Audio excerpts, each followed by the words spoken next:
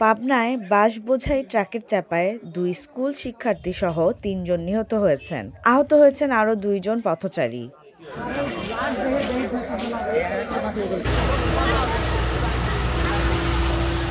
রোববার সকাল ৭টার দিকে পাবনা সদর উপজেলার গায়েশপুর ইউনিয়নের গাঙ্গাবাড়িয়া এলাকায় ঢাকা-পাবনা মহাসড়কে এই দুর্ঘটনা ঘটে। নিহতরা হলেন পাবনা কলেজিয়েট স্কুল অ্যান্ড কলেজের ৪র্থ শ্রেণির ছাত্রী তাসমিয়া আক্তার, ৫ম শ্রেণির ছাত্র আবু তাহা এবং ভ্যান চালক আকরাম হোসেন।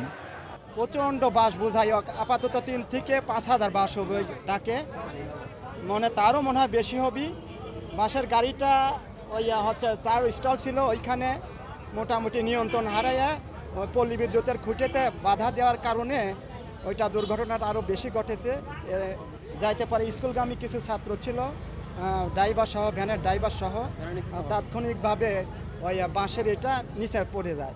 বাসের ৩ জনই স্পটেই মারা যায়। বাসে ওই ভ্যানটা বাসের নিচে পড়েই দুর্ঘটনা ঘটছে ট্রাক। আমরা দৌড়াদৌড়ি করে আসার পরে সেখানে এখন দেখে আসছে একজন ব্যক্তি আছে বাসের নিচে চাপা পড়ে আছে অলরেডি।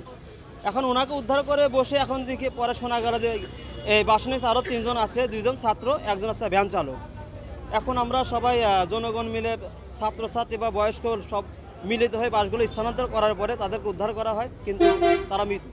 দুর্ঘটনার পর স্থানীয়রা ছুটে এসে আহতদের উদ্ধার করেন ও হাসপাতালে পাঠান। স্থানীয়রা নিরাপদ সড়ক নিশ্চিত করতে প্রশাসনের দৃষ্টি আকর্ষণ করেছেন।